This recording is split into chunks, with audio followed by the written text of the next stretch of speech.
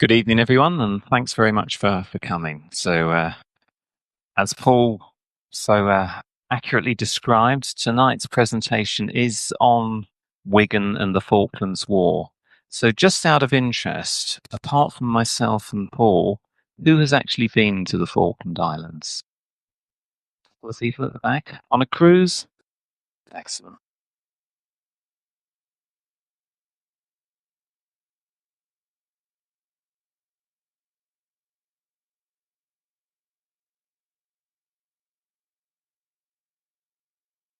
And Paul was kind enough to share some photos, which I'll end the presentation with some wonderful photos of the islands that Paul took when he was working there. Um, was anybody here not born when the Falklands War started? You youngsters, you. Okay, well, I hope tonight will educate you about this particular conflict. Um, I think because there sadly has been a number of different wars since then, the Falklands has been a bit of a forgotten war. Even though we have the 40-year anniversary in 2022.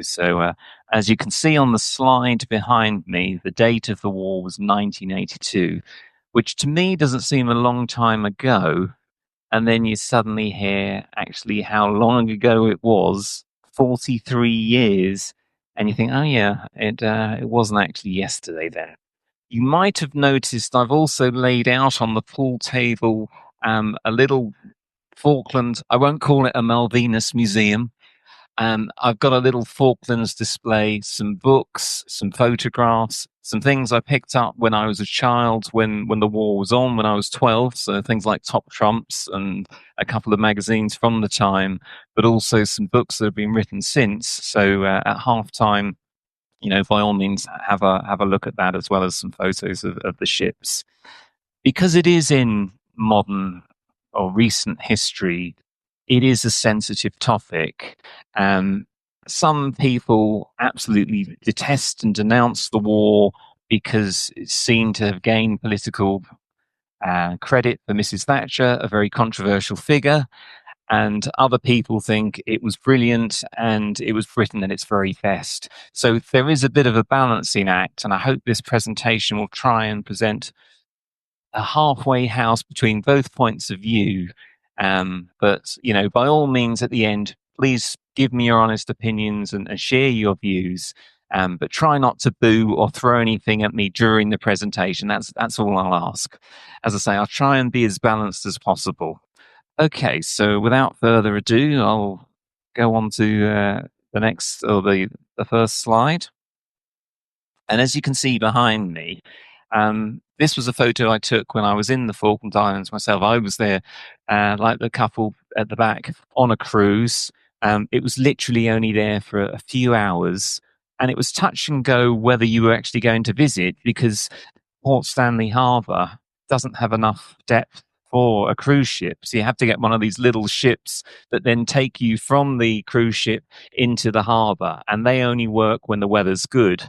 And this was, because I've always had an interest in the war, this was always going to be the highlight of the cruise for me. Was to go and see the Falklands. So it was a very special moment that I managed to see it. And as you can see by the photos that you're going to see in the presentation, it was a bright, sunny day. But the vast majority of the time in the Falklands, the weather is not like this. So I was very fortunate indeed. Okay, so there you've got a picture behind me of Port Stanley, or Stanley as it's known, and that's just to give you a flavour of that it is quite pretty and picturesque, Stanley itself. But it is a very much, despite the fact it's the capital of the Falklands, it's basically just a one street town rather than a capital city. You can have a look on the table, on the snooker table, the map of Port Stanley. It's got a few more roads than one street, but you get the general size of it, and that's the Anglican Cathedral behind. So the next slide I want to show you is that this was a controversial war, and it was captured by artists in various different ways. On the left, you can see, you might recognize the blonde lady. This was Mrs. Thatcher. And this was from an Argentinian magazine at the time who portrayed Thatcher as a pirate, because as far as the Argentinians were concerned, the Falkland Islands, or as they called them, the Malvinas, was Argentinian property, and Thatcher was a pirate. In the same way, because the Argentinians were largely descended from the Spanish who discovered the New World, and then during the Elizabethan times, a lot of the English pirates, like Francis Drake and Walter Raleigh, instead of actually landing on South America, they would intercept the Spanish ships, take all the treasure, and then bring them back to England. We would call them privateers. The Spanish call them pirates. So that's why the whole English as our pirates is still quite a strong sentiment among some sections of the Argentinians. On the right-hand side, you can see quite a graphic cartoon. Now, the gentleman on top of the board of the ship is the defense secretary of the time, was a man called John Knott, and this was a political satire. Now, I was really in two minds whether to include this cartoon, because as we shall see, this was a tragic war which did actually lead to sinking of warships both on the British and Argentinian side. But this was a contemporary political satirical cartoon at the time, so I think it was worth showing. And that this is how some of the newspapers were portraying that initial shock that the country had when Argentina invaded the Falklands on the 2nd of April, 1982. And then in the middle, don't know if you can make that out, it's very much after the war and quite a celebratory cartoon, of come in mine here, join the club. Is Adolf Hitler is in a room there with Mussolini, Napoleon, and the Kaiser, and he's welcoming the Argentinian general. So there's a degree of triumphalism after the war. Contrast that with the political uncertainty and the feeling of impending disaster with the cartoon on the right hand side. So it sort of conveys some of the contrasting feelings that happened before, during, and after the war. Okay, so if you don't know where the Falkland Islands are, and I presume that most of you who came here tonight will, then just in case you don't know, you can see on the right-hand side just how close it is to Argentina. Uruguay is the country to the north of Argentina, and then Britain is 8,000 miles away. And then you have on your left-hand side a picture of the Falkland Islands. Now, if you were here 9 months ago, you might have remembered last time you saw me, I was talking about the South African War, the Boer War. Yes, this was a war where the people were lining the docks, waving Union Jacks as the ships sailed away thousands of miles to save a part of the empire. They were singing Rule Britannia and Land of Hope and Glory. There were politicians in that war who took advantage of military victory to further their career. In fact, once the war was over and Britain had won, they called a snap election the khaki election. Some people reckoned that the motivation for the Boer War was purely for economic commercial gain, and yet there was a somewhat patriotic stroke jingoistic tone in the press. And it was only when I looked at all those characteristics I realized that in so many ways was also the Falklands War. So even though it was 80 years after the Boer War, some of those characteristics were exactly the same. However, as we shall see, there were also some notable differences too. So I won't go into massive details about the history of who owns the Falklands or the brief history, basically because it's somewhat contentious. According to the British, and also the Falkland Islanders themselves, John Strong on the welfare landed on the island in 1690 and named the passage Falkland Sound after the Viscount and Treasurer of the Royal Navy. So that's why the Falklands is called the Falklands. And they had regular visits in 1698 by French seal hunters. And the first actual settlement on the Falklands wasn't by the Spanish, it wasn't by the British, it was actually by the French. So they created a first settlement in 1764 under a nice flowery name there, Mr. Bougainville. Now, there's an area in France, in Brittany, called St. Malo, just on the coast. And the Spanish kind of took that name, St. Malo, slightly turned it into a Spanish version and called the islands the Malvinas. So that's where the Spaniards get the name of the Malvinas, is actually from the French. Now, again, you can see that in 1765, John Byron claimed the islands for George III. 1766, Captain McBride established a settlement of 100 people. And then, so that situation in 1766, you have the French in one area of Falkland Islands with their settlement, and the British in just a little bit further down the island in another settlement. So already you could see this is starting to get complicated. A bit like both men wanting the same girlfriend, it's going to be a little bit messy. In 1767, the Spanish, who dominated the whole of South America at that time, apart from Brazil, which was owned by the Portuguese, agreed a deal with France where the latter handed over the settlement for Spain for the payment. And as I said, then the island, as far as the Spanish were concerned, was called the Malvinas. The Spanish sent in the ships to get rid of the British colony in 1770, and the British surrendered. So from 1811, you had a Spanish settlement in the Malvinas from 1770 until 1811, where the Spanish settlement withdrew. And so between 1811 and 1826, the island was actually unoccupied. And then in 1816, Argentina was basically created. It claimed all Spanish possessions in a region, but it took them 10 years before they actually then sent over some people to establish a settlement in the Malvinas. In 1833, Captain John Onslow ordered the Argentinians to leave, and then in 1840, the Falklands officially became a crown colony. So for the Argentinians, the key date is 1833, because that's, as far as they are concerned, they were kicked off illegally by the British. The land was theirs, and so therefore the British were pirates. For the English, they've been there since 1833. As I said, 1840, the Falklands officially becomes a crown colony. And in 1851, the Falklands Islands Company was established, which even today is still the major landholder. So basically, you had a British colony there, founded by settlers. Mainly, they were there to have sheep farms or coaling stations. And really, apart from a brief period where there was a naval engagement in World War I, they were left to get on with it. There was about 1,600 people there, and the island was forgotten about.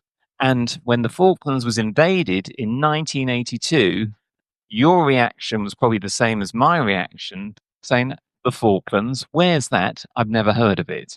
And that was really, unless you were an expert on South American history or politics, most of us hadn't been aware of the Falkland Islands. I think that's fair to say. And then suddenly, this island became a global news. One last point, the name Stanley, this was actually named in 1845. The capital was named after Edward Smith Stanley, the Secretary of State for War and the Colonies. Now, the name Stanley, for those of us who know our local history, is quite familiar in the Northwest region. And yes, this was the 14th Earl of Derby, so he was born and died in Knowsley Hall. So that's basically where Knowsley Safari Park is, near the dark area, the dark side of this area where we're facing on Friday, and hopefully we're going to give them a good old thrashing over near St. Helens. So I will occasionally, even despite the fact it's a military talk, I will occasionally get sporting references in, so bear with me. So as I say, suddenly on the 2nd of April, we faced shocking news. This part of Britain, this part of the British Empire, this colony, call it what you like, this dominion, suddenly, this territory, suddenly got invaded by the Argentinian soldiers. And so the 2nd of April, Argentina seized the Falklands and also a sister island nearby, or a few hundred miles away, called South Georgia. Now, I won't go into massive detail about South Georgia because there's a lot to cover about Falklands. But by the 5th of April, a task force, so a number of warships plus civilian ships, set sail, 100 ships strong. And I talked to some people already early this evening, and that idea and those television pictures of seeing the ships sail off with crowds at Southampton and Portsmouth was, it was just unbelievably, and even now I can picture it, extremely memorable, but very uncertain about what would happen. And most people thought it wasn't going to be an actual war, that it would just be a show of strength by the British, and then the Argentinians would return. Another point that's probably worth mentioning is that some people will consider the Falklands War as not a war, a conflict. But as far as I'm concerned, if people are shooting at you and you're shooting back, then that's a war. So we can get legalistic about it. And some people, no doubt, will tell me at the end of the presentation it's a conflict because of X, Y, and Z. But as far as I'm concerned, a war's a war. And I won't go into every single individual battle of the war because that's covered in a number of good books, some excellent podcasts as well. I'll just recommend some podcasts while I'm on. There's one called Battleground. If you are interested in listening to pods, that I do recommend. That's by two military historians, Patrick Bishop and Saul David. That's got 18 episodes. So if you are into the Falklands, you'll particularly enjoy that. There's another one by a South African chap called Desmond Latham, who gives a slightly more balanced, less British view on the Falklands. That's worth a listen to. There's one, if you've only got time for a shorter period, Wars That Shape the World by Tom Holland, or Wars That Shape the World, is worth listening to. And then the last recommendation I'll give is a podcast called The Rest is History, which is by Dominic Sambrook. If ever you've seen any of the programs about the 70s and 80s and growing up in Britain then, again, that's worth listening to. So that's got, if you're interested in the specific battle after battle and each part aspect of the campaign, then have a look at those. Also have a look at some of the books that I've got there too. And again, on the iPlayer, there's still some things from the anniversary that we had in just a few years ago. But basically, a number of British ships were sunk. The most notorious sinking of an Argentinian vessel was on the 2nd of May, where the General Belgrano was sunk, where over 300 sailors were killed. But by the 21st of May 1982, the British landed at San Carlos Bay, which was on the eastern island, but to the west of the eastern island. And then the Battle of Goose Green happened. The Bluff Cove disaster happened on the 8th of June.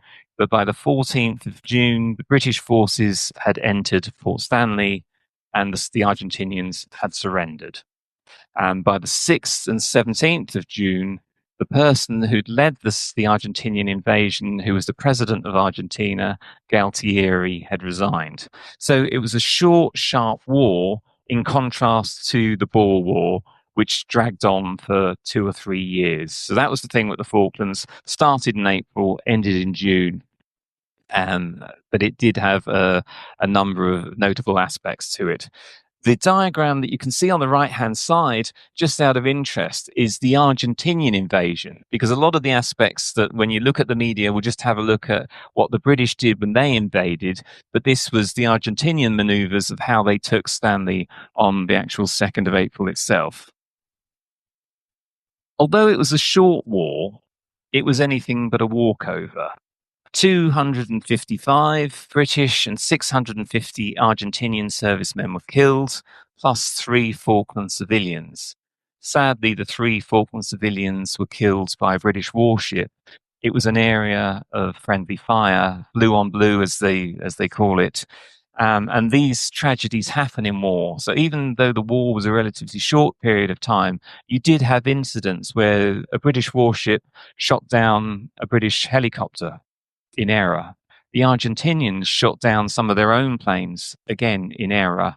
And the SAS accidentally killed some SBS, some Special Boat Service men, again in error. It's the fog of war, as Robert McNamara called it. And these terrible tragedies happen in these circumstances. The photograph on the left-hand side was a picture of the Atlantic Conveyor, which was basically a freighter storage ship which was carrying a number of Chinooks and military storage, a lot of the tents as well, which was going to be crucial for the land invasion of the Falkland Islands, and that was hit by an Exocet missile. And I'll talk about those in due course. And you can see there on the right hand side the ships in San Carlos water, again on fire. And it must have been absolutely terrifying for the people involved. You know, it's all right us sitting here comfortably in the bar, knowing that, oh, it was only a 2-month war. Yeah, it was fine. We won in the end. But at the time in war, you don't know that. You don't know when your next minute is going to be your last minute. So absolutely terrifying. And then in terms of the march to Stanley, in the end, because those Chinook helicopters were all sunk in the Atlantic Conveyor, it meant that the Marines and the paratroopers basically had to walk from one side of the island to the other side of the island on the eastern part, what became famous as a yomp. And then you can see there the mountains that surround Port Stanley, and it was a case of fierce hand-to-hand combat and artillery shells and basically old-fashioned fighting. And you remember that aspect in the Boer War when I was saying that the British soldiers had to go up these South African hills and literally had to go fix bayonets and fight these people, see the whites of their eyes. Again, even in 1982, that was the type of fighting that some of these brave soldiers did. The figure on the left-hand side you can see is the Argentinian task force.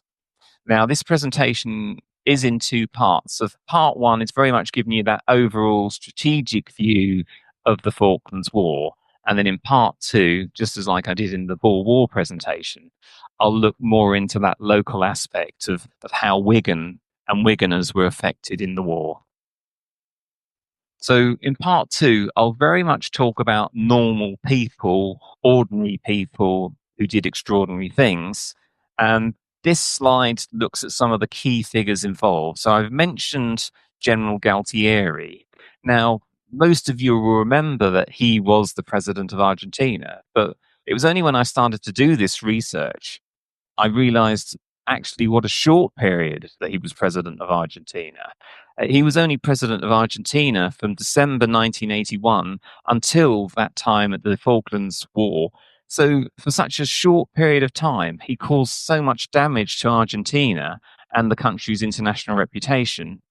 He led a military dictatorship formed of leadership of the heads of the Navy and the Air Force, as well as him being a soldier, called a junta.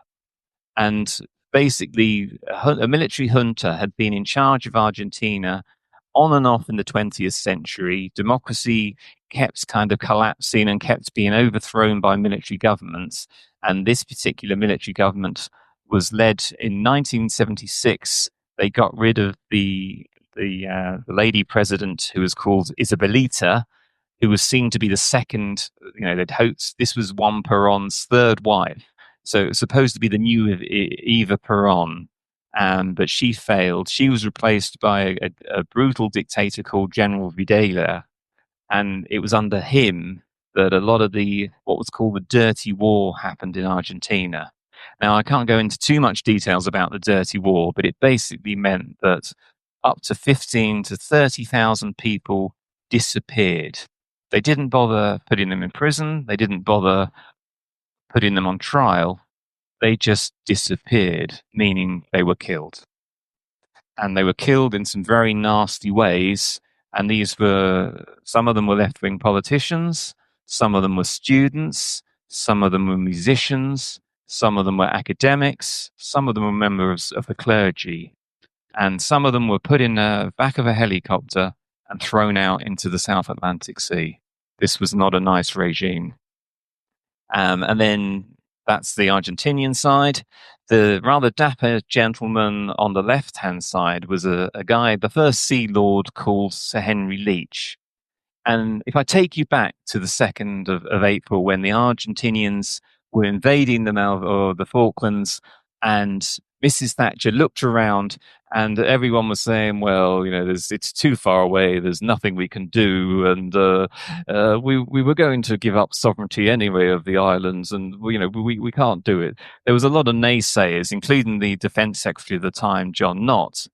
But you had this man, generally Henry Leach, the first Sea Lord, who'd just been to a military function. So he walked in the full uniform, and when he was asked to give his opinion, he said, "Yes, we can recover the islands, Prime Minister, and we must."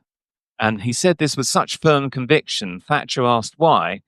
He said, if we don't do this now, then we're fair game. It's open season. Anything will be, Britain will be a laughing stock, and you have to send the right message out, because otherwise the Soviet Union thinks it can take anything. And so basically, he was the one that convinced Thatcher that this was a fight worth fighting and that they would win.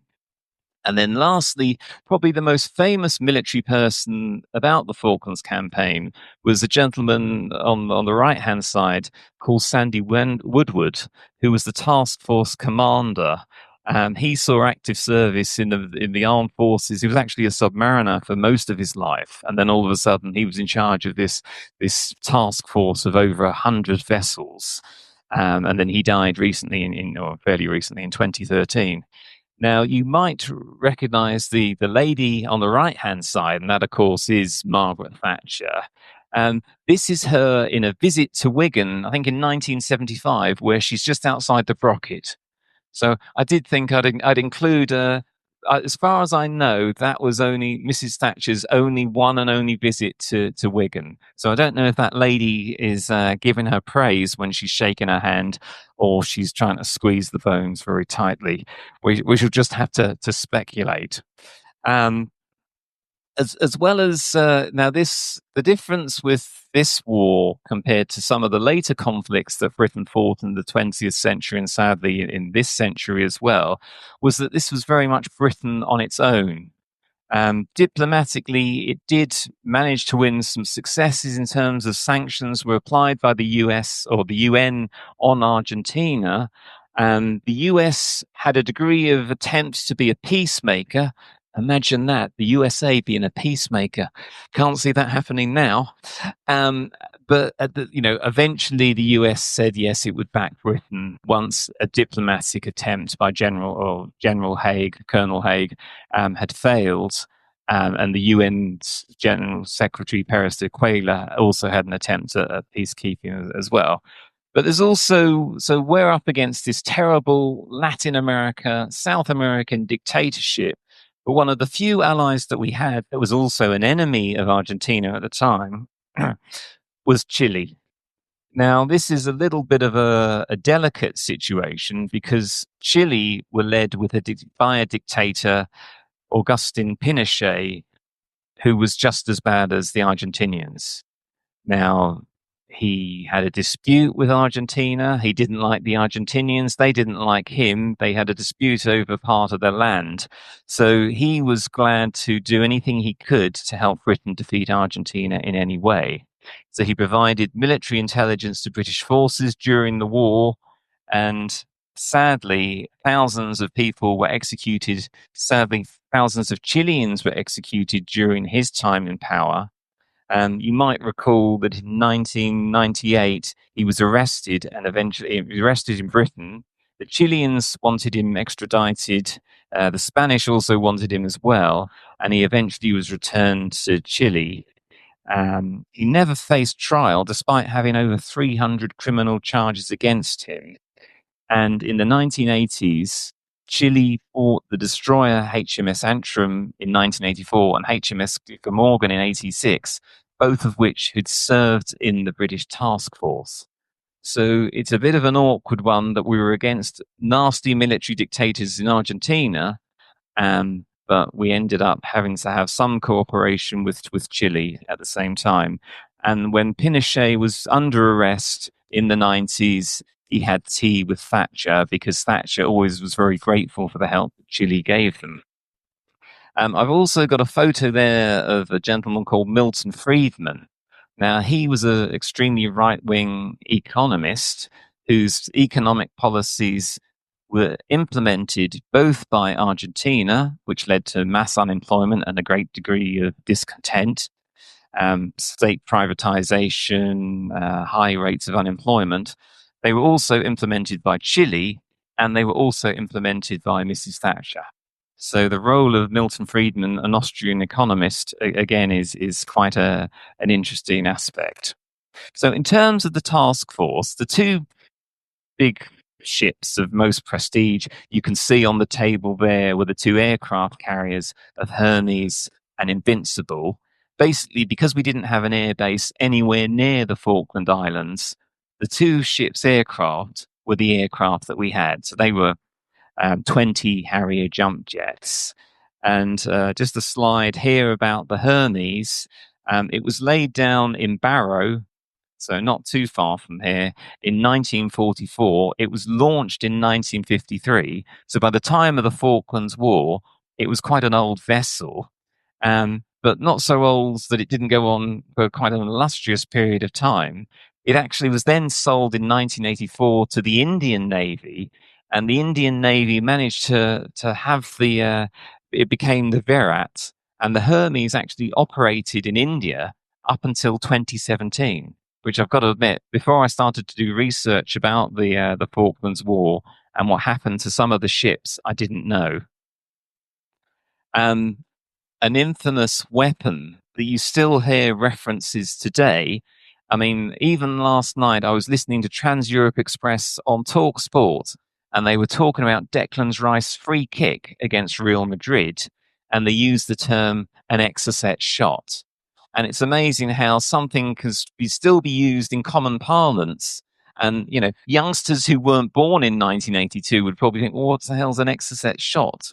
But this refers to this particular missile, which was a French-made missile, the Exocet. Both the Argentinians had them and the British Navy had them. But the French jet, Super Étendard, the Argentinians had also bought a number of these French jets. And it was an Exocet which sunk HMS Sheffield. So it became an infamous weapon.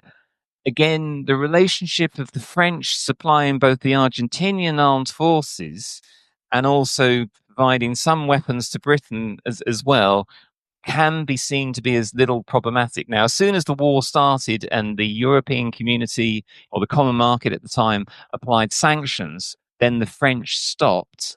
However, there were still some French engineers that were helping arm and help work on the Exocet missile.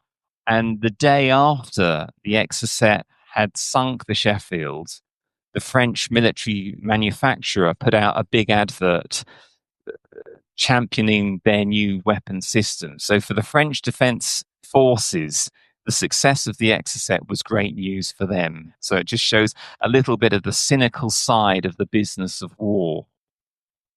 Now, on the British side, it was seen to be a battle that was both on the ground, on the sea, but also in the air. Now, I've titled this particular slide "Rule the Skies." But what I mean by that is when the Harrier jump jets were in combat with the Argentinian warplanes, then they were successful. However, we never actually achieved air supremacy so that when a land invasion happened, you were still at the mercy of being attacked by Argentinian aircraft. And unfortunately, that's what happened, most notably with the attacks in Bluff Cove and in Fitzroy.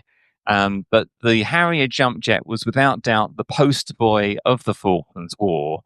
But you also have these wonderful 1950s nuclear bombers, the Victor and the Vector, that also managed to have a flight all the way down from Britain to Argentina, having 18 separate refuels to attack the runway at Port Stanley. Now, only one of the bomb actually landed on Port Stanley Airport, but in terms of an endeavor. It was the longest, at the time, it was the longest ever bombing raid that had been carried out in military history. So for the RAF, they saw it very much as a triumph.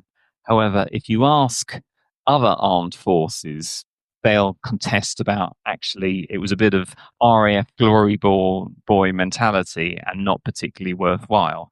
But it did show the Argentinian authorities that Britain had a longer strategic reach than perhaps it suspected. I've mentioned that the French supplied some weapons to Argentina. Israel also supplied some weapons to Argentina. But the ironic thing about this war is that Britain had also supplied some weapons to Argentina, which were then turned on Britain. How many times has that happened in our history? Sadly, too many. So you have the HMS Venerable from Camel Laird Shipyard, that then was bought by the Argentinians in 1969 and served them because they bought them from the Dutch. You also have a missile system called the Tiger Cats, and they also had the aircraft carrier Viente Cinco de Mayo, which was also built in Britain as well. So you had a mixture of different. The Belgrano was actually an American warship that had survived Pearl Harbor. So it did, the Argentinians had a real pick and mix armed forces, and the Air Force, the Argentinians also used an old British aircraft called the Canberra. So as I put on the slide there, made in Britain, and sadly, we'd have to face some of the consequences of that. Now, one aspect of the Falklands War that quite often isn't mentioned is the important role that women played, and I will get to that, particularly when I talk about Wigan. But nationally, you had, for the first time, a woman being the official war artist in the Falklands. Her name was Linda Kitson, and she actually went onto the task force and did a number of notable drawings as well. So, if you are interested in this particular the war, and you want to see more art, then have a look at Linda Kitson. And it does show that it's not just men who went off to fight. He also had a role for women, or this particular woman who was the war artist.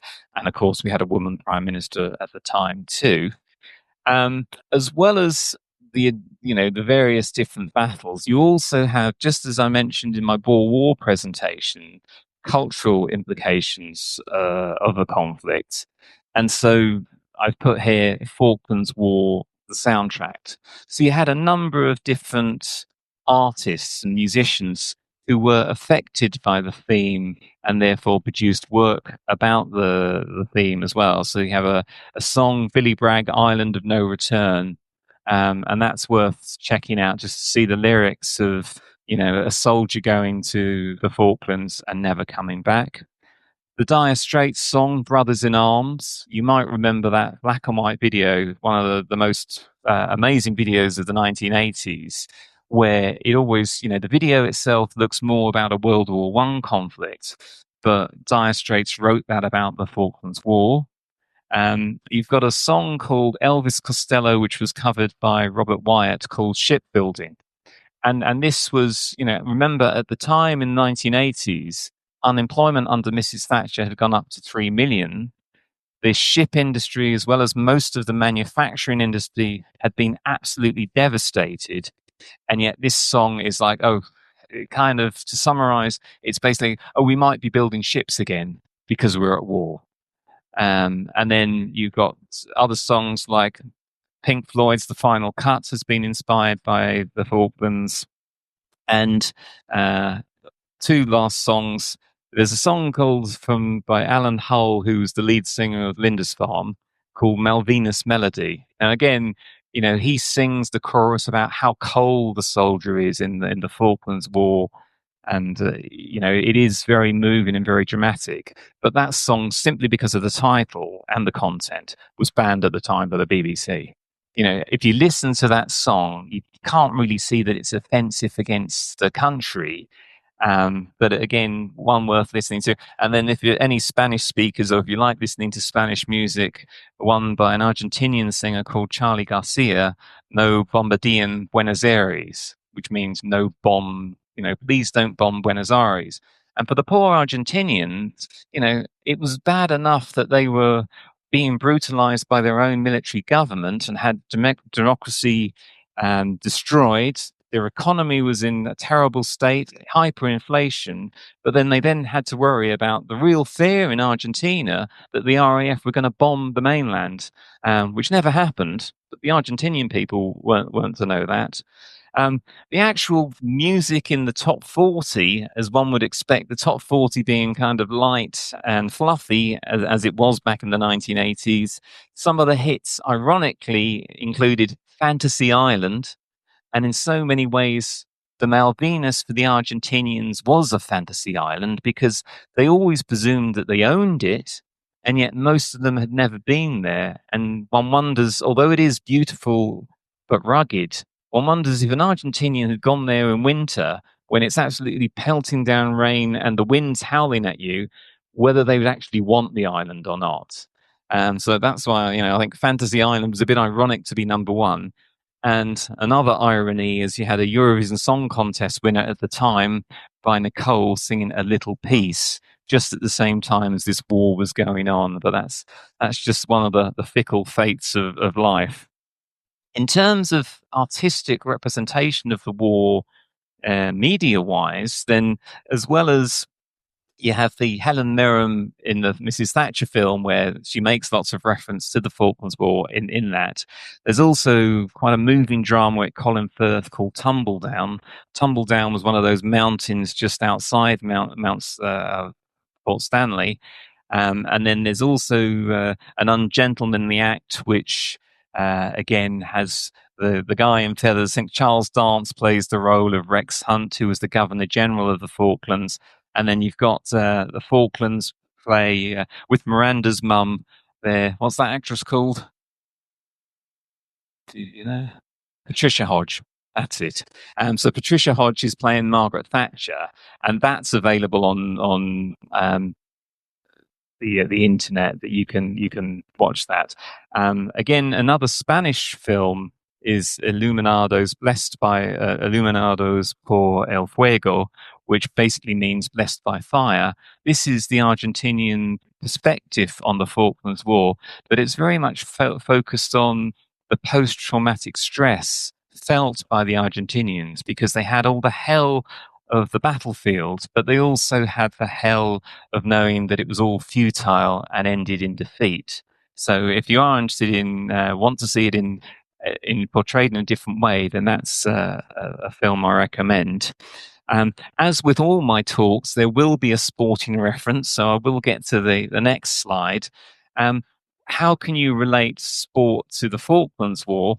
Well, you might remember the gentleman in the middle of the picture, Ozzy Ardiles. Now, Ozzy Ardiles was an Argentinian footballer. He was a midfielder who came over to England in 1978. Argentina had just won the World Cup.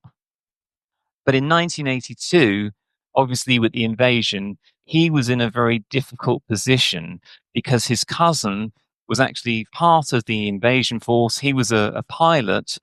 And tragically for Ozzy, his cousin died and was shot down. He was flying an Argentinian warplane, was shot down and died. Ardiles was getting booed and getting abuse from the terraces as soon as Argentina was invaded. So in the end, he had to leave Tottenham for a few months and ended up for a very short spell in Paris with Paris Saint-Germain. And that's why you have this picture of him in front of the beautiful Palace of Versailles. If you are interested in the sporting aspect of the relationship between England and Argentina, I do recommend this book that I've put on the slide here called David Downing, which looks mainly at the times that England have played Argentina in the football in the World Cup, such as the infamous 1966 game where Rattan got sent off by Argentina, and Alf Ramsey, who was the English manager who led the country to win the World Cup, he called the Argentinian players animals. And when George Cohen was trying to exchange his shirt at the end of the game, you literally have Alf Ramsey ripping the shirt back from George Cohen, not letting him swap shirts. So, even back then, the relationship was quite controversial between the two countries, and that's documented.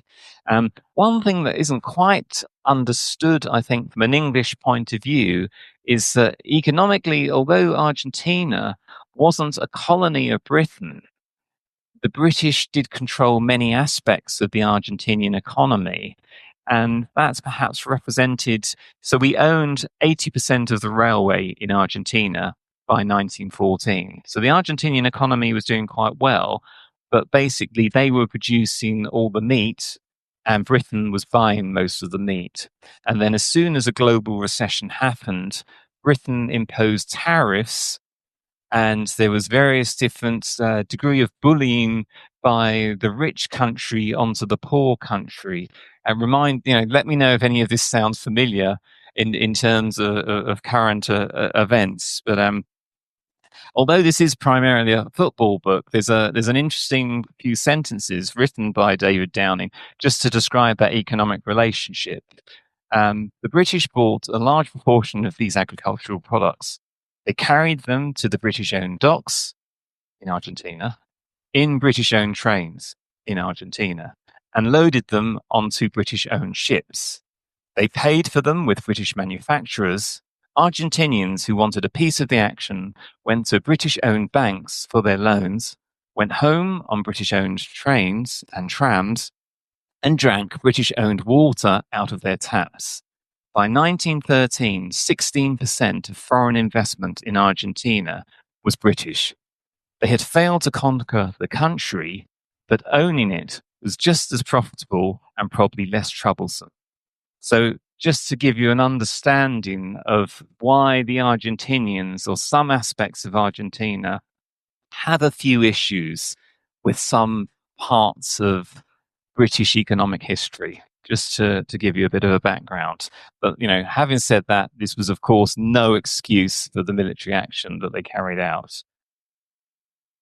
In terms of how the Falklands War is remembered, then there are precious few memorials in the country.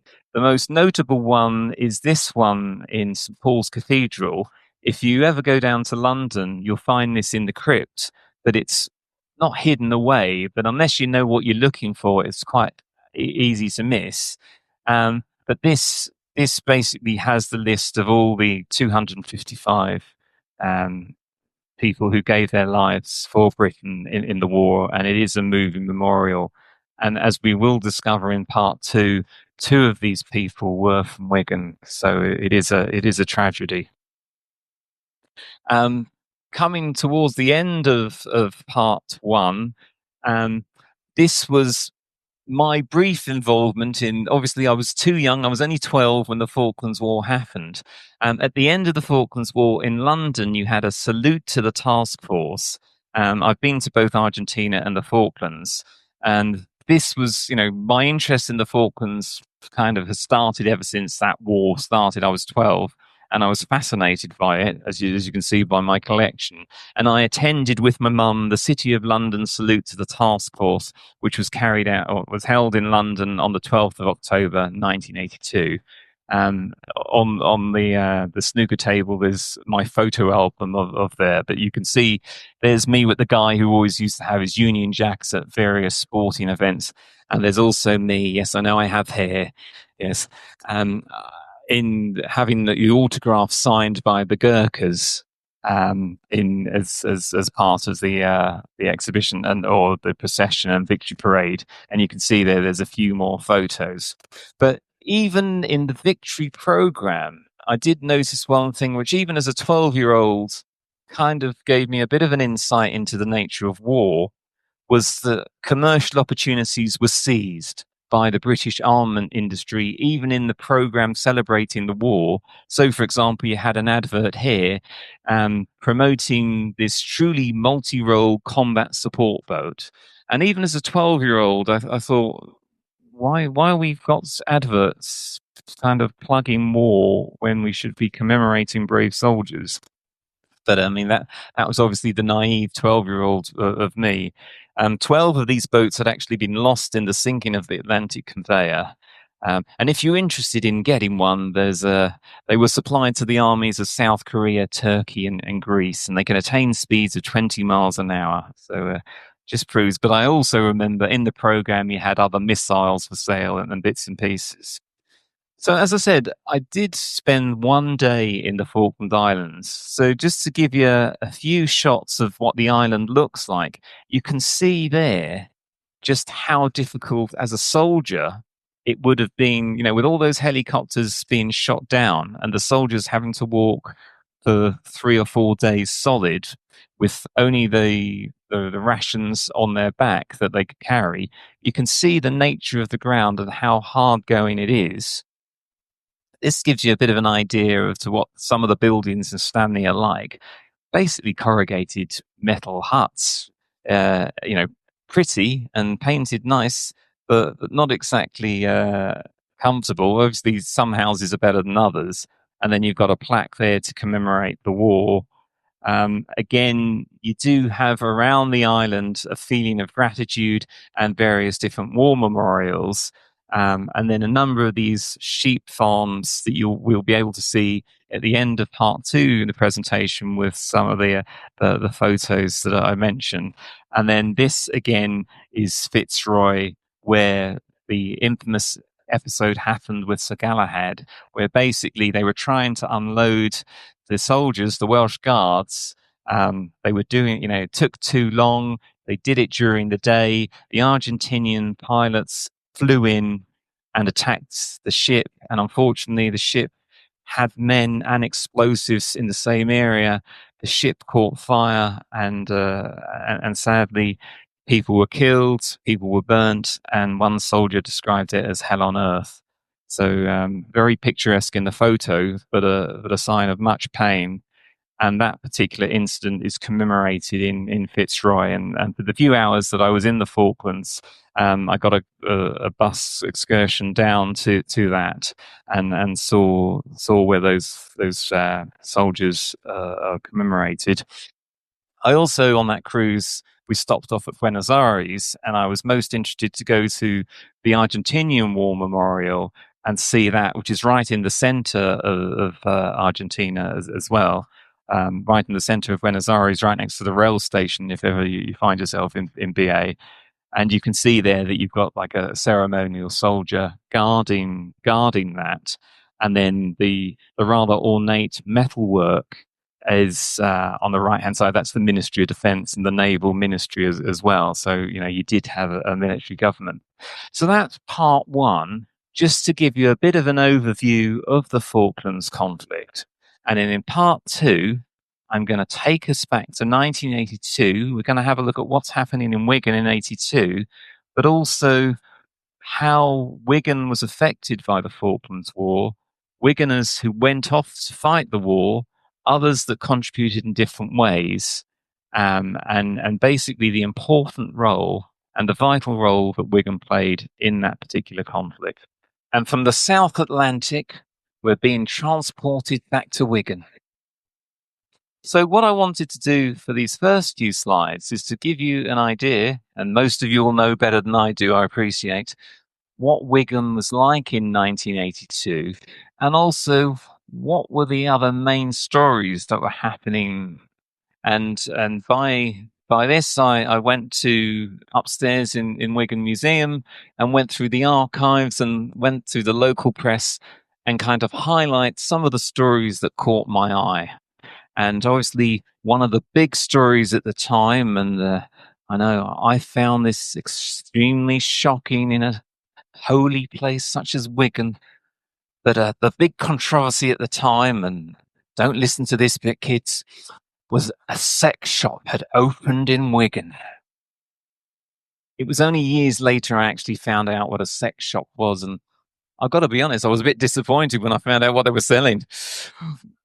But yeah, there was a big protest about this sex shop opening in Wigan, and it kind of went on and on and on. And I think in the end, it closed down.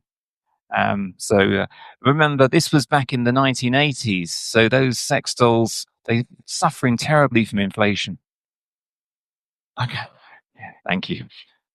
At the same time as the scandal over the sex shop, we had a real tragedy, the death of Northern Soul in this town, where the mysterious fire occurred at Wigan Casino Insurance, and so it was a shame. But I mean, by most people, in case you don't know, this was arguably the most famous nightclub in Britain. Some say the greatest nightclub in the world ever was the great All Nighters at Northern Soul. Now, I've got to admit, I'm more of a morning person, and if I'm not in bed by about 10:30, then there's something gone wrong in my life. So the idea of an all-nighter just doesn't appeal, even if they were selling Ovaltine.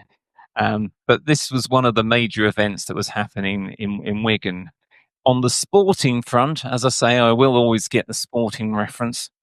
1982 was it was a hard year to be a Wigan Rugby League fan. I mean, for heaven's sake, Lee won the title.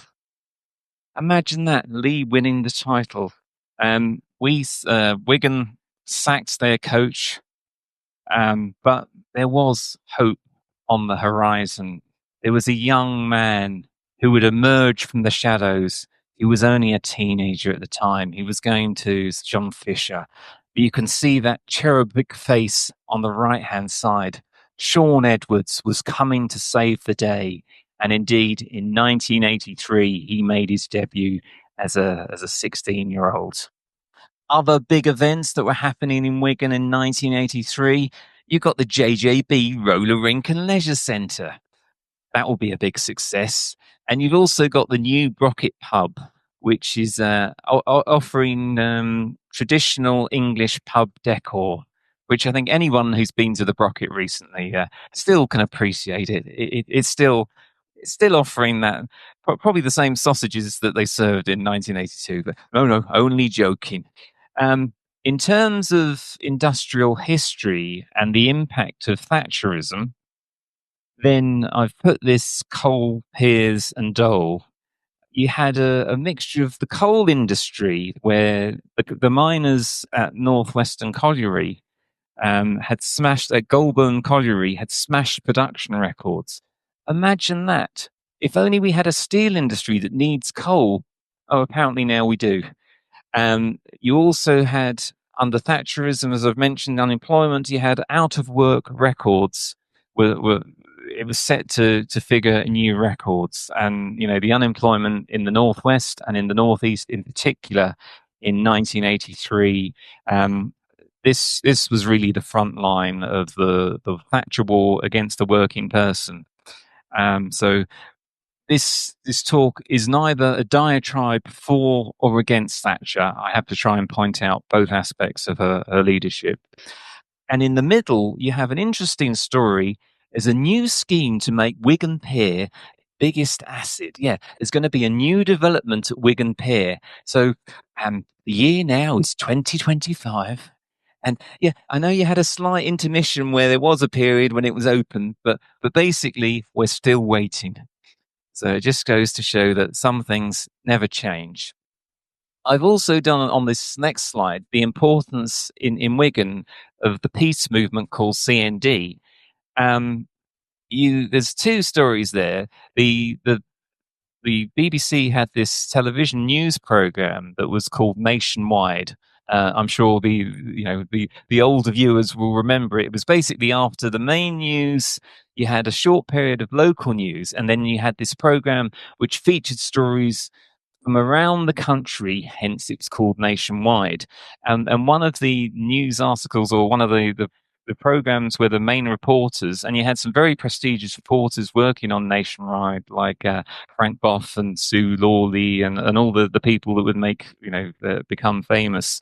Would work there, and the BBC filmed a meeting of the Wigan branch of CND.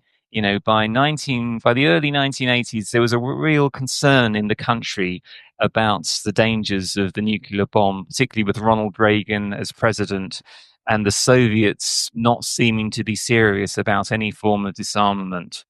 And so when the Falklands War happened, then amongst the people that the local press asked about the opinion of the Falklands War was obviously For them, they felt that this was an aggressive militaristic war, that Britain shouldn't get involved, and that it should quit the Falklands.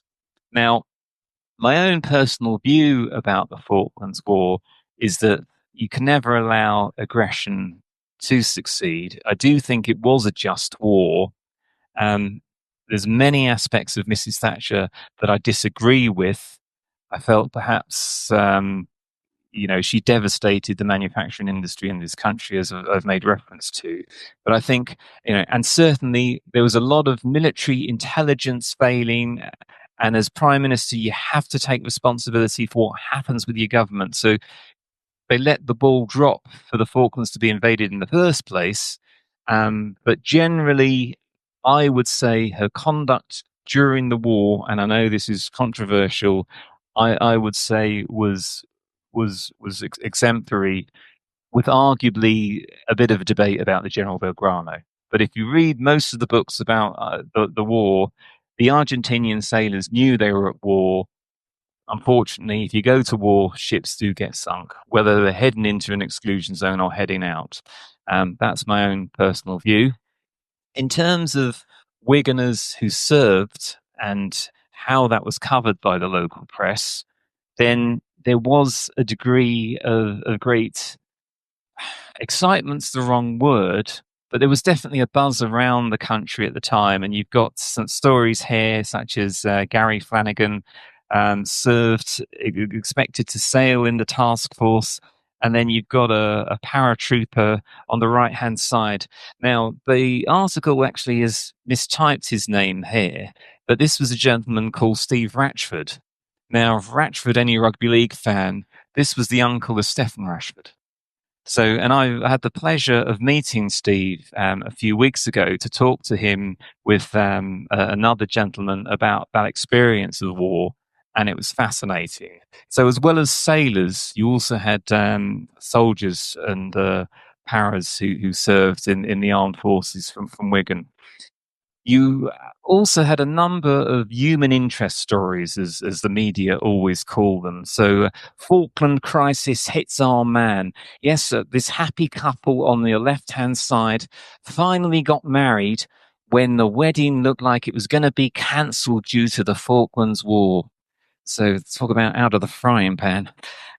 And then on the right hand side, you've got a story where a couple in Wigan are worried about their daughter who actually lives in Argentina because they were concerned that the Argentinian people might round up. There's quite a large English community in Argentina. I've mentioned from earlier on in part one about the English community, that the role that they played at the turn of the century in the 1900s in Argentina. You've still got quite an Anglo community over in Argentina even today.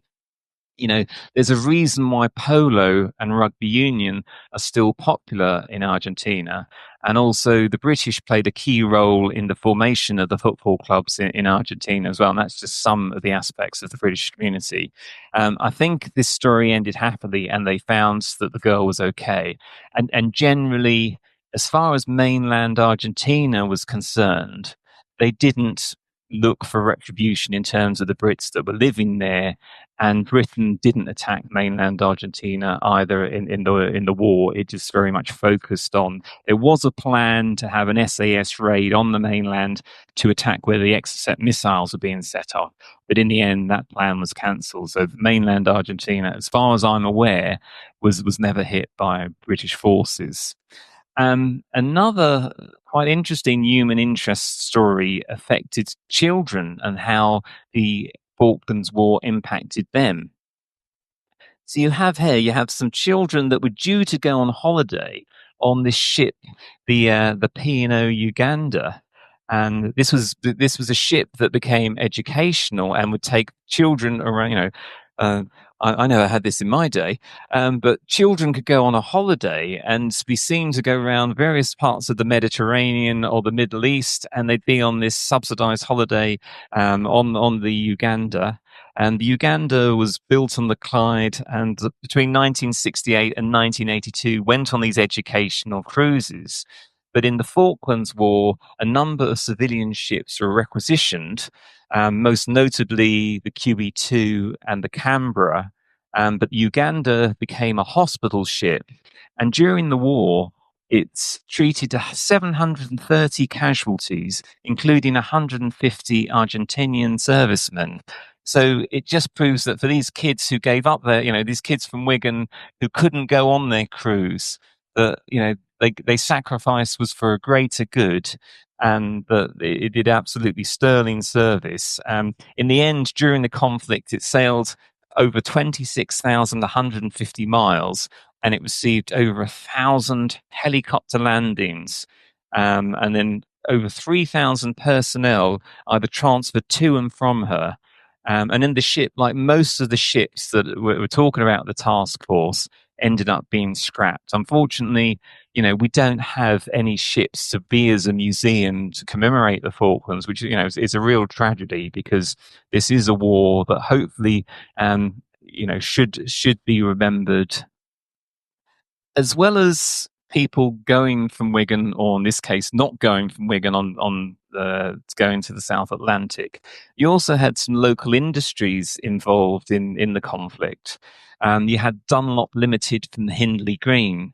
Now, these were involved in creating these inflatable assault craft, and the Ministry of Defence suddenly needed these to do a land invasion. And amongst the factories that created these assault craft included Dunlop and Hindley Green. So there was a lot of overtime, and the people worked overtime. Said everyone did their bit. We delivered what was asked, and we're still carrying out the task. In terms of that picture on the left-hand side, I'm not sure if that's a Dunlop assault. It's the best I could find on the internet. So bear with me if I do get any messages from Dunlop employees saying that's the wrong bit of kit. Apologies. But as well as people coming to serve, sadly, there were two tragic incidents involved in the war, and one of which happened on the HMS Ardent, which was a Type 21 frigate.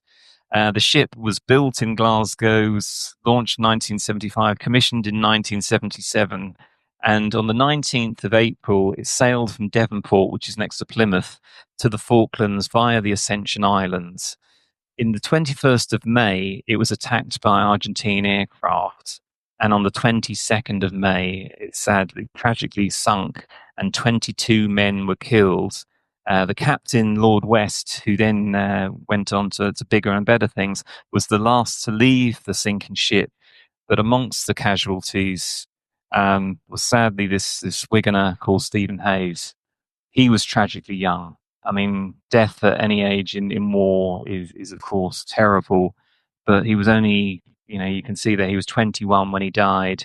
His parents' home were in Pemberton. He attended St Cuthbert's Junior School and St Thomas More. He was an electronics warfare specialist. So this was a guy who had done well at school, had learned his trade, was making a real contribution to his country. The naval base HMS Collingwood remember him with a classroom and a commemorative tree. And every year there's an award for him for their best student in their training year. And he just married his wife, Christina, the year before he was killed. So that's the thing you tend to forget about, so just how young these guys were. Some of them were 17, 18, 19, 20, and we're asking them to make the ultimate sacrifice and give their life away. So I think it's the least we can do is always remember these guys. The next slide there has a picture there of him on his wedding day. And then in 2002, where it was obviously the 20th year anniversary, his brother Anthony was featured in an article which commemorates Stephen. There's a nice little tribute to Stephen in the Falkland Islands, where they've named one of the bays in the on the western part of the Falkland Islands in Port Philomel, Hayes Bay. So at least if it's nice to know that the islanders themselves, and there's a bit of the Falkland Islands that remembers him. The actual attack you can see there is dramatically captured in the next slide, where this is San Carlos, where the British troops landed, and because they didn't have air control, then they were subject to these Argentinian aircraft of the Skyhawks and the Daggers and the Mirage jets coming in low. Um, a lot of the ship's radar had problems with the low altitude, and the hills and the missile systems weren't necessarily working. And so, therefore, you can see on the map there, just at the bottom of the screen, that the Ardent sunk, and that's the location of where it sunk. As well as Stephen, we also lost another Wiganer, tragically, a gentleman called James Prescott. James was slightly older. He was. This is a plaque to him at All Saints in Hindley. So if ever you find yourself in All Saints Hindley, do look out for this. He was killed on board another frigate, HMS Antelope, just literally within days of the landing as well, on the 23rd of May 1982. He was born 1945 in Hindley, son of Thomas and Janet Prescott from Hindley as well, husband of Teresa, had two daughters. And again, so tragic that these young kids would lose their father in this war. He was originally born in Scotland. His father had served in World War II. His mother was originally from Scotland. Then the family moved to Wigan area. On the 22nd of May, he'd been part of the 49 Engineer Explosive Disposal Squadron Royal Engineers rendered safe. And they rendered safe on the 22nd a bomb on HMS Argonaut. And then the next day, had to go to another ship, the Antelope, which had an unexploded bomb.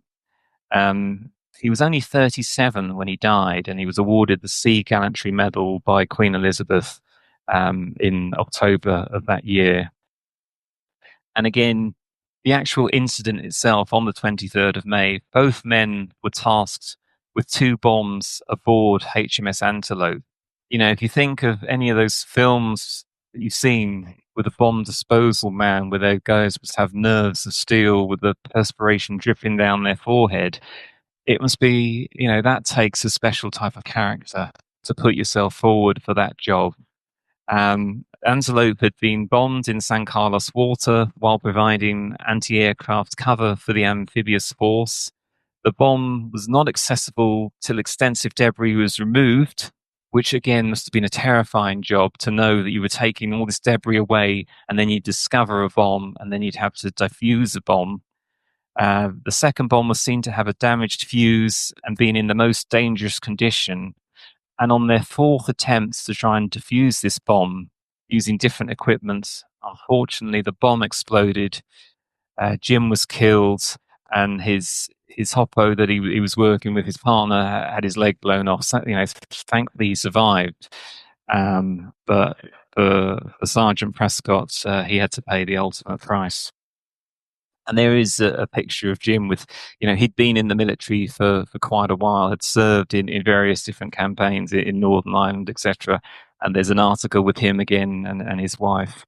And the ship that he eventually died on, HMS Antelope, a Type 21 frigate, had been made in 1971, launched in 1975, but sunk after the Skyhawk attack at San Carlos Water.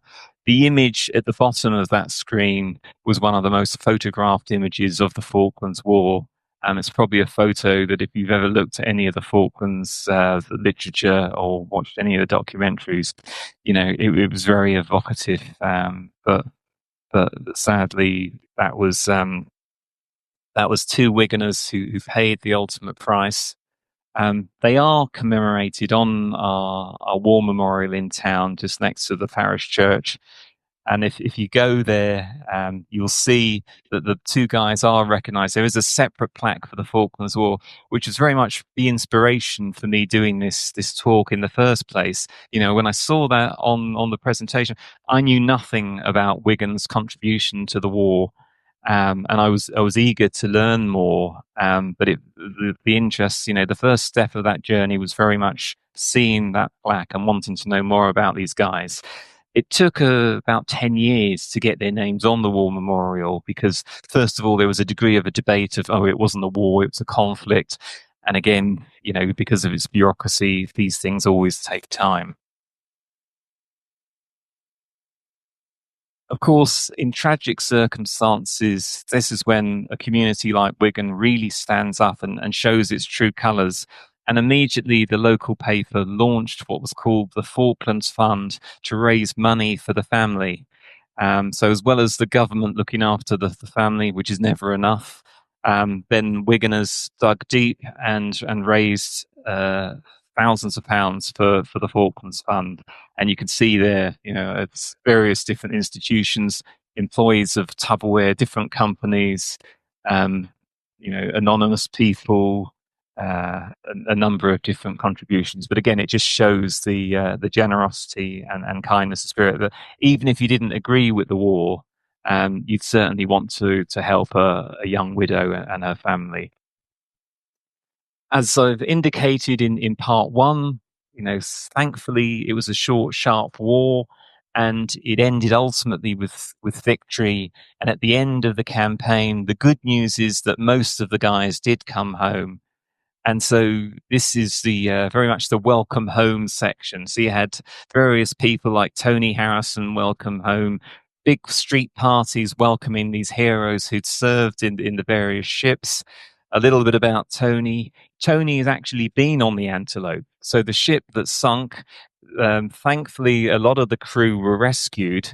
And in 2002, the Wigan Observer featured an article about Tony. He'd survived the bomb exploding. He threw himself to the floor to avoid the shrapnel. So just absolutely dramatic scenes.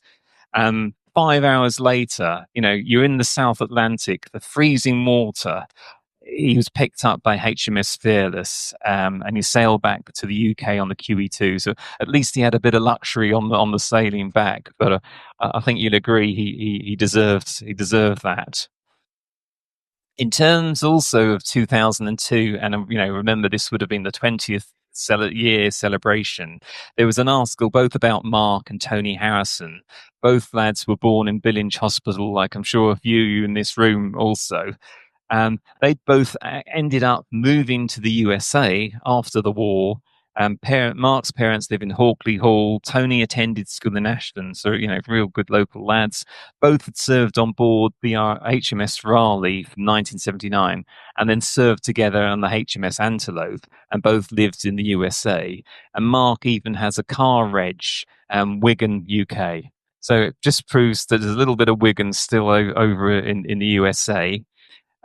One of the more lighter human interest stories was the next one that I've entitled the slide SSS.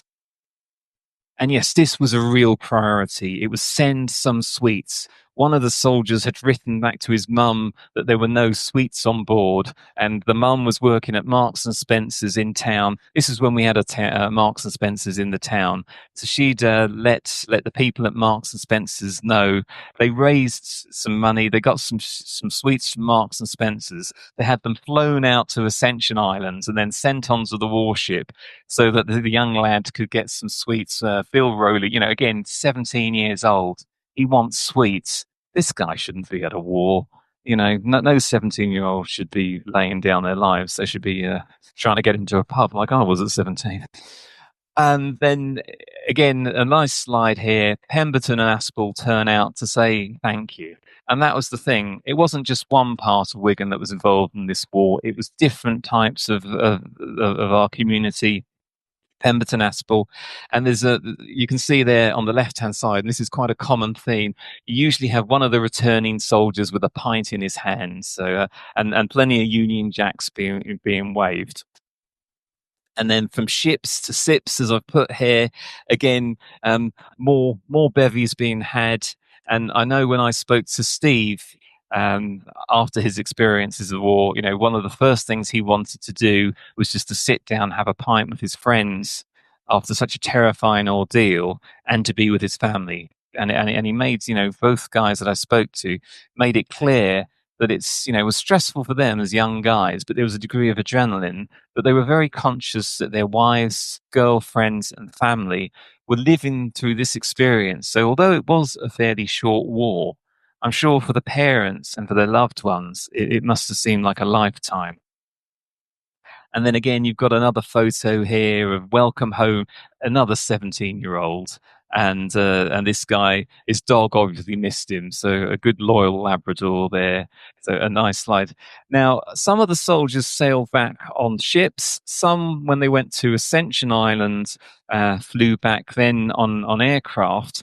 And one of the people that met some of the sailors and soldiers that sailed back was our present king. And when our present king met them coming back from the Falklands, there was also on guard duty to kind of commemorate the event, but also to provide some security, was some Wigan cadets. So again, another aspect of how Wigan was involved in the Falklands War, that you had some Wiganers coming back to be met by Prince Charles, and they were kind of supervised and commemorated by Wigan cadets. And I'm sure that was a day that they'll never forget. I did mention that not everybody in Wigan wanted the war or agreed with the war, and so I do try and give as much balance in this presentation as possible. And one thing that I found quite interesting was a letter from Susan Turner, who wrote at the time, and Susan Turner was from Park Road, Wigan. And she, she wrote a very thoughtful and an interesting letter. She highlighted the intelligence warnings that could have prevented the war.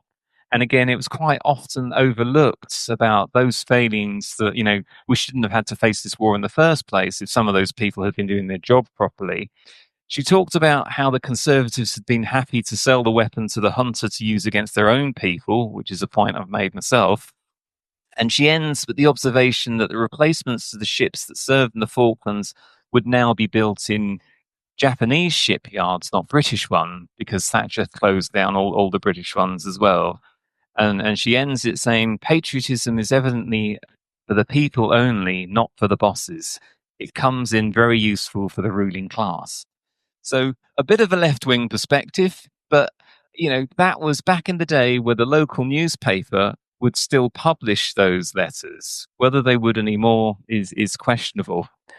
The next slide kind of looks at the political aspect of Wigan and nationally on the war.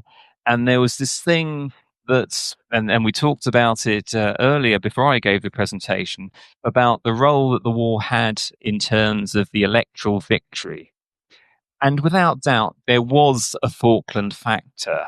You can see the figure on the left-hand side looks at various different opinion polls gains in a single year. So when the Alliance Party was launched in 1981, this was the Gang of Four, they suddenly had a dramatic rise up to 25%. Jeremy Corbyn had a honeymoon period in 2017. He went up 13.9%. And then Mrs. Thatcher, directly after the Falklands War, her opinion poll rating was 13.1. And if you think about before the war in 1981, there was mass unemployment, as I've mentioned before. There were riots in a number of city areas like Brixton in London, in Toxteth in Liverpool, in Birmingham.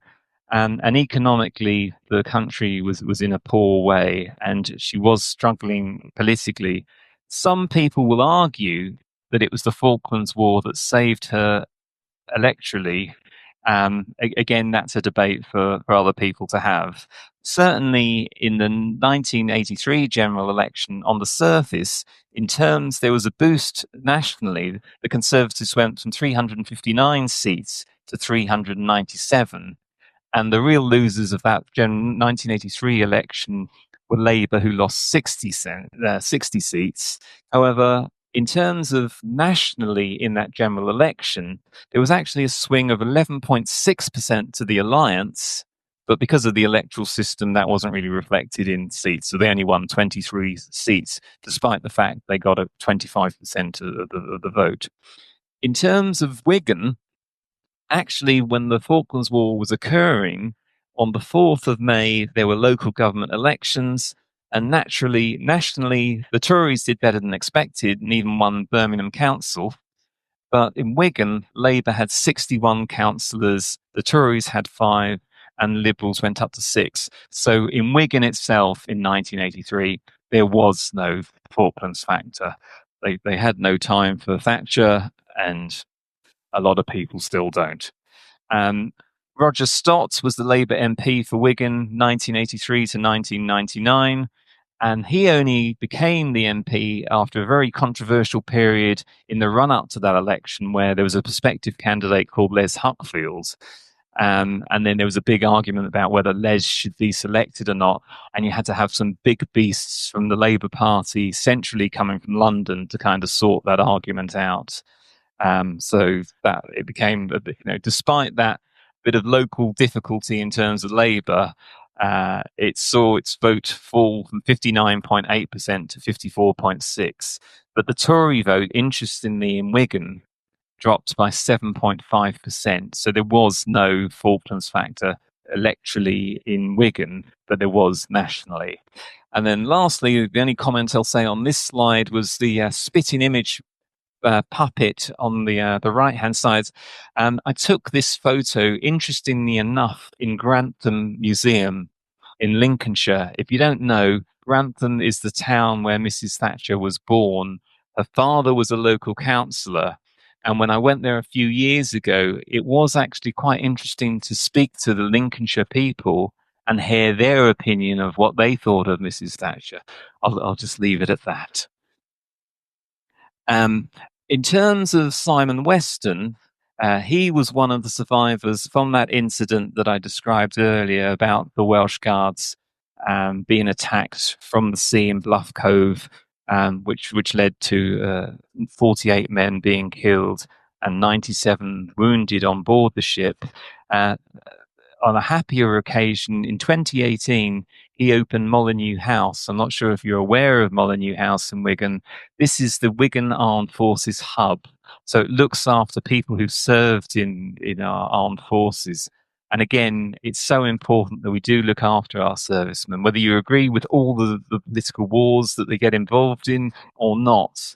What is unquestionable is their patriotism, and that they need to be looked after.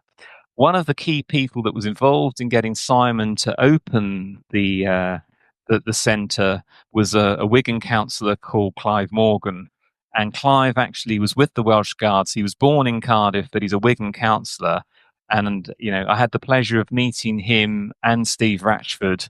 Steve, as I said before, he was a Royal Marine, paratrooper, and Clive was a Welsh Guard. And both of them were kind enough to give me 90 minutes of their time to talk about various aspects of the war.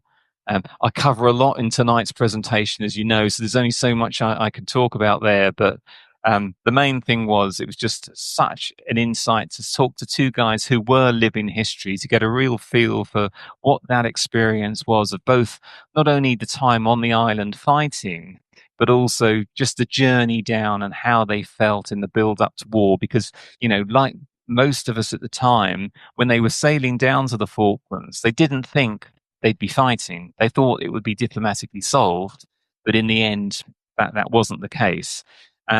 It is important to remember the Falklands War, and Clive does an important role in that. And you can see just in these pictures that they have an annual commemoration about the Falklands War that's usually held in June. So it's not a forgotten war in this town. And just a few pictures of some of the veterans and the young guys as well, and Clive there. So it is so important still to commemorate the Falklands. I didn't just want this talk to be about the Falklands War and Wigan. I wanted just to give you a little aspect also of up-to-date Falklands War and the role that Wigan still plays. So much so that for a period in time, the head of the police force in the Falkland Islands was this gentleman, Superintendent Jeff McMahon, who comes from Standish. So he was in charge of the Falklands police force for, I think, 2019 to 2022. So that's one other local link. You also have medical links where you had this lady, Rebecca Lloyd, who's the divisional director of operations of Wrightington Hospital, or Rebecca Edwards is this lady in the picture. She is from the Falklands Islands. She visited Wigan Infirmary in Wrightington, and Rebecca Lloyd visited the Falkland Islands as well to look at both the medical aspects. And you even had a 14-year-old lad called Sean East, who's a Falklander, broke his collarbone in 4 places. They only have limited medical coverage in the Falkland Islands. They obviously can't fly over to Argentina because of the ongoing tension. So she flew all the way to Wigan and had an operation in Wrightington Hospital. So it just goes to show that even today there are some still links with Wigan. And as we mentioned in the introduction, Paul himself served in the oil industry in the Falklands and lived there for a few months. I'll close this presentation with just a few shots of the islands that Paul took, and that they're absolutely gorgeous. You know, look at the sunrise. Paul's obviously coming back from a night out, and he catches the sunrise on the sixth pint. And then you again the demography in terms of the landscape of the island, and you know you read about places like Mount Kent and all these various places, but it's only when you see some of these photos you actually get an idea of what the island looks like and what it feels like. Again, some wonderful aerial shots from Paul. Um, you know, it's often compared the Falklands to the Highlands of Scotland or some of the Scottish islands, and you can see exactly what they mean. But you can also see logistically, in terms of you're trying to march across to get to the enemy, just what a titanic challenge that was. You could see the beautiful coastline there. Again, you know, caught it on a good day where it's not pouring down rain or grey skies. And those little settlements there, a lot of people just live, you know, the ones who don't live in Port Stanley live out as sheep farms on both the West Island and on the East Islands. And that's what the farming settlement looks like. A lot of the people who are involved in the sheep shearing come from New Zealand, stay in these farmstead for a couple of months to do the sheep shearing, and then go back to New Zealand. So it's a very nomadic life. It's a very different way of life. But one thing that's, you know, not in contention is these people want to stay British and they're proud to be British and they don't want to be Argentinian, whether they've got a junta or not.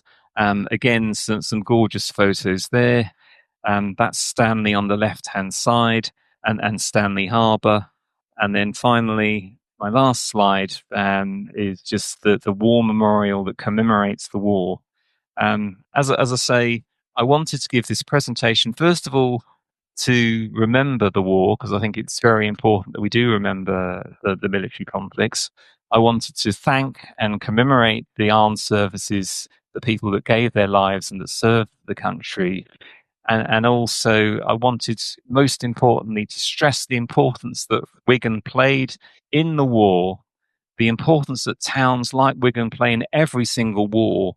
And that's why towns like Wigan should never be forgotten by Westminster or Whitehall, because when it does hit the fan, when the country has its back against the walls, it's places like Wigan that are called upon to serve. And Wigan has never let the country down, so the country should never let Wigan down. Okay, well, thanks very much for your time this evening. Hope I haven't gone on too long. Hopefully you found that enjoyable, and thanks again for coming.